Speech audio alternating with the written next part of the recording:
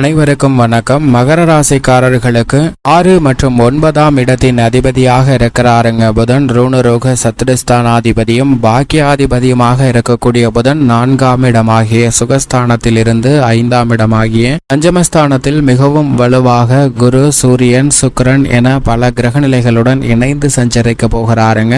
இது மட்டுமல்லாது குடும்பம், உத்தியோகம், தொழில் என அனைத்திலும் நட்பை கொண்டாடக்கூடிய புதனின் அமைப்பால் அடித்தது ராஜயோகம் என்று சொல்லக்கூடிய வகையில் எந்தெந்த நிகழ்வுகள் மகர ராசிக்காரர்களுக்கு அமைய போகிறது என்று ஆராய்ந்து பார்க்கும் போது புதன் பஞ்சமஸ்தானத்தை வலுப்படுத்துவது மட்டுமல்லாது குரு, சூரியன், சுக்கிரன் என பல கிரகநிலைகளுடன் இணைந்து சப்தம பார்வையை லாபஸ்தானமாகிய 11ஆம் இடத்தில் செலுத்துகிறார். லாபஸ்தானம் வலுப்பெறக்கூடிய இந்த வேளையில் மிக வலுவாக அடித்தது ராஜயோகம் என்று சொல்லக்கூடிய வகையில் 7.5 சனியின் இறுதி காலகட்டத்தில் இருக்கக்கூடிய மகர ராசிக்காரர்களுக்கு மிக சிறப்பான முன்னேற்ற வாய்ப்புகள் நிறைந்து கிடைக்கக்கூடிய ஒரு தருணமாக மாறுகிறது என்பதை வித்யாகாரகரான புதன் உறுதிப்படுத்துகிறார்.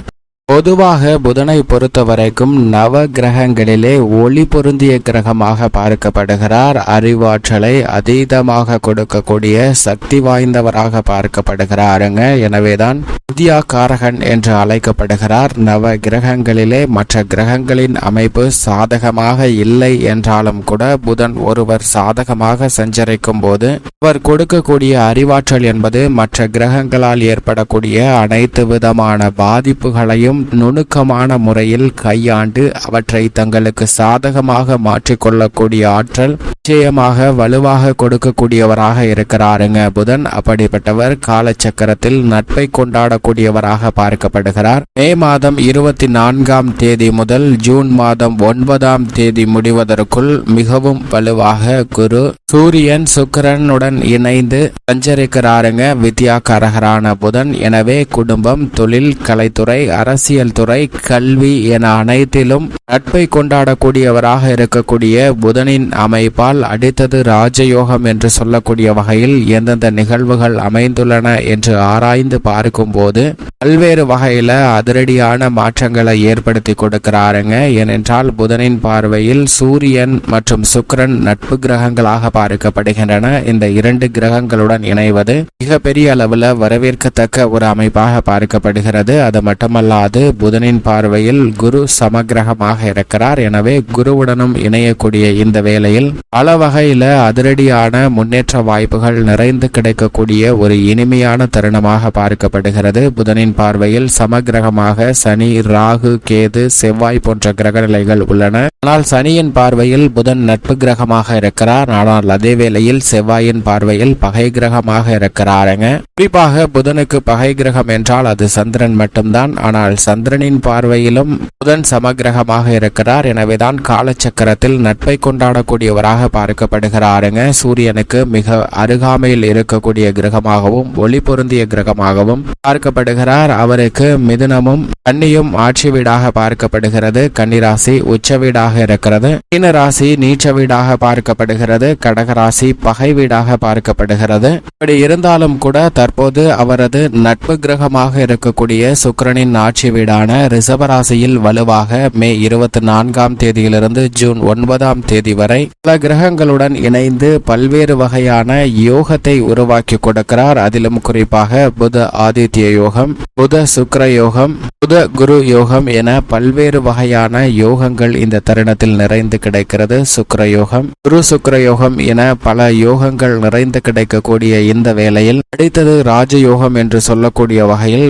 மிக சிறப்பான மாற்றமும் முன்னேற்றமும் தங்களுடைய வாழ்வில் நிறைந்து கிடைப்பதற்கான யோகம் நிச்சயமாக உண்டு என்பதை தெளிவாக இயற்கையிலே சுபகிரகமாக இருக்கக்கூடிய புதன் உறுதிப்படுத்துகிறாருங்க. பாவ கிரக சேர்க்கையால் சில மாற்றங்களை ஏற்பட்டு அபசு பலன்களை வழங்கினாலும் கூட இப்போது குரு, சுக்கிரன் ஆகிய 2 சுபகிரகங்களுடன் இணைந்து மிக வலுவான மாற்றத்தை ஏற்படுத்தி கொடுக்க போகிறார். ஆட்சி பலம் பெற்று சஞ்சரிப்பதற்கு முன்னதாக தனது நட்பு கிரகமாக இருக்கக்கூடிய சுக்கிரனின் ஆட்சி வீட்டில் பல கிரக நிலைகளுடன் இணைந்து சஞ்சரிக்கக்கூடிய புதனின் அமைப்பு காரணமாக இந்த தருணத்துல மிகப்பெரிய சிக்கல்கள், சவால் நிறைந்த எந்த பணிகள் இருந்தாலும் அவற்றை சாதகமாக மாற்றிக்கொள்ளக்கூடிய யோகம் உண்டு. ஏனென்றால் புதன் ஒருவருடைய ஜாதக அமைப்பில் 2, 4, 5, 7, 9 மற்றும் 11 ஆகிய இடங்களில் அபரிவிதமான வளர்ச்சியை அள்ளி கொடுப்பார். அதே சமயம் ஜென்மம் அஷ்டமத்தில் சற்று கவனத்துடன் இருக்க வேண்டும். மற்ற இடங்கள்ல ஒரு நடுநிலையான பலனை கொடுக்கக்கூடிய அமைப்பு பெற்றவராக இருக்கிறாருங்க புதன். அப்படிப்பட்டவர் சாதகமாக சஞ்சரிக்கும் போது எவ்வளவு பெரிய சவால் நிறைந்த கடினமான சூழ்நிலைகளாக இருந்தாலும் கூட அவற்றை மிக எளிதாக கையாண்டு தங்களுக்கு சாதகமாக மாற்றிக்கொள்ளக்கூடிய யோகம் நிச்சயமாக உருவாகும் என்பதை தெளிவாக உறுதிப்படுத்துகிறார். ஆனால் அப்படிப்பட்ட புதன் சாதகமாக இல்லை என்றால் நிச்சயமாக எளிதாக முடிக்க வேண்டிய வேலைகளை கூட இடியாப்ப சிக்கலை போல் கடினமாக மாற்றிக்கொள்வதற்கான சூழல் உண்டு என்பதை தெல்ல தெளிவாக உறுதிப்படுத்தவராக இருக்கக்கூடியவர் புதன் மட்டும்தான். அப்படிப்பட்ட புதன் தற்போது பல கிரகங்களுடன் இணைந்து சஞ்சரிக்கக்கூடிய வேளையில் பல்வேறு வகையான நல்ல பல வாய்ப்புகள் நீங்கள் எதிர்பார்க்கிறபடி அனைத்து விதமான பணிகளிலும் நிறைந்து கிடைப்பதற்கான யோகம் உண்டு. அதிலும் குறிப்பாக இந்த தருணத்தில் அரசியல் சதுரங்கத்தில் மிகப்பெரிய மாற்றங்களை அதிரடியாக உருவாக்கி கொடுக்க போகிறாருங்க. மிக பக்கபலமாக சுக்கிரன் மற்றும் சனி உட்பட பல கிரகநிலைகளுடன் இணைந்து பல அதிரடியான மாற்றங்களை வலுவாக ஏற்படுத்தி கொடுக்க போகிறார் அரசியல் சார்ந்த பணிகளில். அதைவிட கல்வியில் மிக சிறப்பான வளர்ச்சியும் முன்னேற்றத்தையும் வலுவாக பெற்று தருகிறாருங்க. இந்த தருணத்தில் மாணவர்கள் எதிர்பார்க்கக்கூடிய உயர்கல்வி விரும்பியபடியே கனகச்சிதமாக கிடைப்பதற்கான யோகம் உண்டு. விரும்பிய பாடப்பிரிவை விரும்பிய கல்லூரியிலே பயில்வதற்கான யோகம் மிக வலுவாக உண்டு. மாணவர்களின் கல்வி சார்ந்த சூழ்நிலையில் ஆரம்பத்தில் நல்ல வளர்ச்சியை கொடுக்கக்கூடிய வலுவான அமைப்பில் வீற்றிருக்கிறாருங்க புதன். எனவே இந்த கல்வியாண்டு துவங்கியதிலிருந்தே கல்வியில் நல்ல முன்னேற்றமும் வளர்ச்சியும் நிறைந்து பெறக்கூடிய வகையில பல அற்புதமான வாய்ப்புகளை உருவாக்கி கொடுக்கிறார். எழுத்து தேர்வு, நேர்முக தேர்வு, போட்டித் தேர்வுகளை சந்திக்கக்கூடிய நபர்களுக்கு அதில் வெற்றி பெறக்கூடிய யோகத்தையும் மிகவும் வலுவாக உருவாக்கி கொடுக்கிறாருங்க வித்யாகாரகரான புதன். வித்யாகாரகரான புதனின் அமைப்பு இருக்க குடும்பம், தொழில் என அனைத்திலும் எப்பேற்பட்ட மாறுதல் ஏற்படுகிறது என்று பார்க்கும்போது மகர ராசிக்காரர்களை பொறுத்த வரைக்கும் ராசியின் அதிபதியான சனியின் பார்வையில் நட்பு கிரகமாக இருக்கிறார். புதனின் பார்வையில் சனி சமகிரகமாக இருந்தாலும் ராசிக்கு சகாயமானவராக பார்க்கக்கூடிய புதன் மிகவும் வலுவாக பஞ்சமஸ்தானத்திற்கு வருவது